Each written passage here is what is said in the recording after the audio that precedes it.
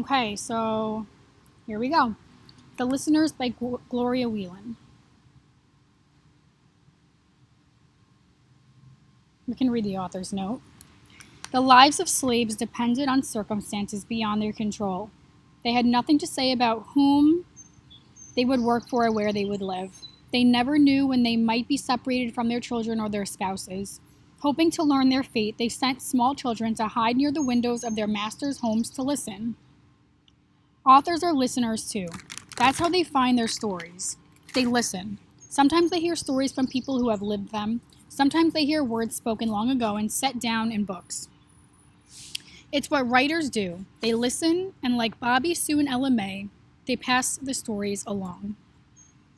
It's still dark in the morning when the boss blows on the bugle. We're out of bed fast. My friends, Bobby and Sue, are too little to pick cotton like I do. Bobby drives the cows out to pasture. Sue helps the grannies care for their babies.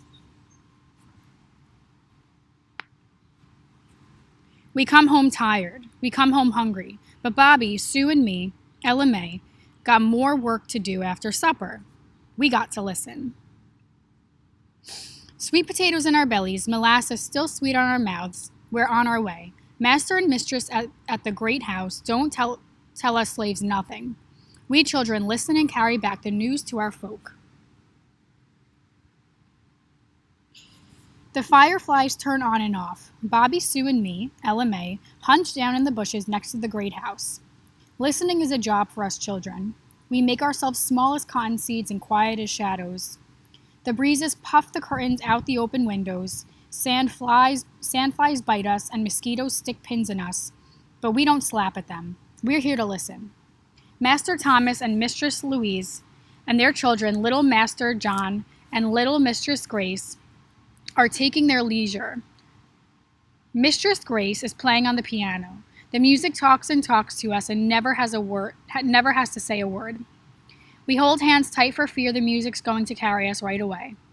Master Thomas tells the mistress we slaves going to get us a new overseer to boss us. I got a smile big as an alligator's on my face. I hate the old boss. If you don't pick the cotton fast enough, he comes by with his nasty cane and flicks it at you. Bobby, Sue, and me, Ella May, hurry home fast as foxes to tell the news. Our mammies clap hands and dance around. My daddy says, I'm not clapping my hands till I see the new man. The son and me start our work at the same time. I pick with Mammy and Daddy. The little prickers on the cotton plants bite at my fingers. We work hard in the cool of the morning. Daddy once picked 400 pounds of cotton in one day. Nobody picks faster than my daddy does. It's noon and time to eat. There's a big wooden trough for us kids and clamshells for spoons. We got salt pork and corn dumplings and a mess of black-eyed peas looking up at us. We eat and eat until our bellies are fat as possums. In the afternoon, the sun melts me, so I can hardly pick. Daddy sees my basket is nearly empty and he puts in some of his cotton. He doesn't want the boss to flick me with his nasty cane. That night, up at the great house, we listen and hear Master Thomas say, I've had an offer from the Spencers to buy William. They're short of men. William, that's my daddy. My heart's a flock of scared birds flying every which way. I listen and listen. I don't believe I can spare him, Master Thomas says. He's one of our best pickers and handy with machines. I'm thinking of teaching him how to keep the cotton gin in good repair. Whew, I let out my breath and put my arms around Sue. Her daddy got sold away last year, and she hasn't seen him since. When I get home, I hug my daddy hard and tell him the good news. It's Saturday night. Mammy washes our clothes and near rubs the skin off us, scrubbing us shiny clean for church. We sit in the gallery. White folks sit below us in the church. When we sing Amazing Grace, white folk and slaves sing together. In the afternoon, we go into the woods. Our church has a blue sky for the ceiling and green grass for the floor. We've got our own preacher. He tells the story of Moses who freed the people of Israel.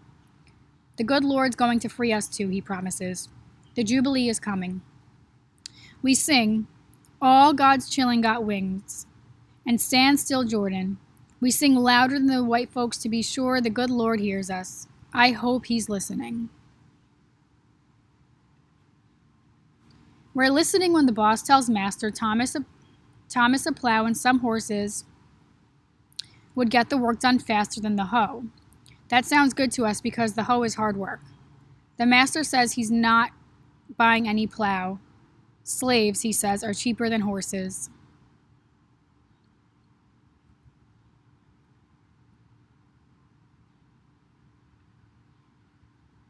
Tonight, every candle in the great house is lit. It looks like they hung up the sun right inside the parlor. There's a party going on. Fiddles throw music out the windows. Bobby, Sue, and me, Ella May, dance on the grass. We dance and dance until our feet are damp with dew, and the whip poor Will says it's time to go home. Hallelujah. The last of the cotton is picked. I get to help Daddy be a jumper today.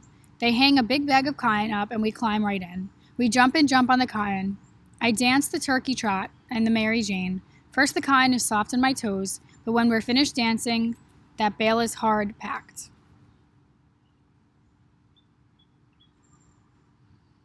That same night when we listen, we hear Mistress Louise ask, "Why don't I start a little school for the slave children?" Master Thomas says, "What can you be thinking, my dear? It's against the law to educate slaves." The lady who teaches Mistress Grace has set her a poem to learn. She says it over and over for her mama. And I still make the beds of roses and 1,000 fragrant posies, a cap of flowers and a kirtle, embroidered all with leaves of myrtle. I know roses and I know myrtle bushes, but I sure don't know what a kirtle is, and neither do Bobby and Sue. I say the poem all the way home, and now it's my poem too. When I go to sleep, I pretend my scratchy straw mattress is a bed of roses. Cold weather is coming, so winter clothes get handed out. Bobby's got a shirt. Sue and me got a flannel dress and drawers. No new shoes. My toes won't like that.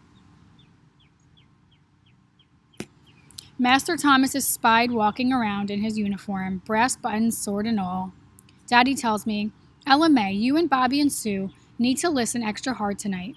I got a feeling dangerous times are coming. Could be our lives going to depend on what you children hear."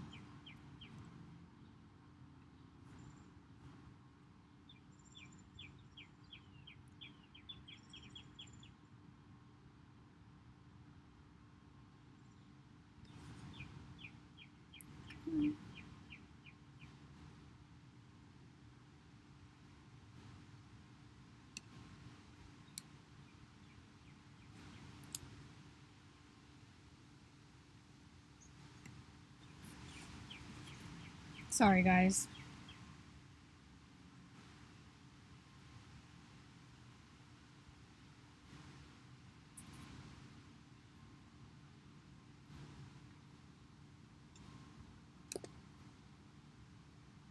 Let's see if that helps. Okay, there we go. Master Thomas is angry. His words come out mean as rattlesnakes. "I can't believe Abraham Lincoln has been elected president," Master says. "Lincoln is a madman. He says slavery is wrong. He says slavery must end." Bobby, Sue, and me, Ella May, run fast. Our mammies and daddies gather around us. This time they do the listening.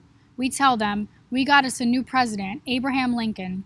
Daddy says, "Moses is come. We're going to be free like the children of Israel. It's the Jubilee for sure." I ask Daddy, "Is our listening over?" Daddy says, "We see the road, but we don't see all the way to where the ending is. We got to know how long is that road and how we get down it. Bobby, Sue, and you, Ella May, your listening is just begun." Okay, so now you guys are going to go to task 3 and respond to the questions.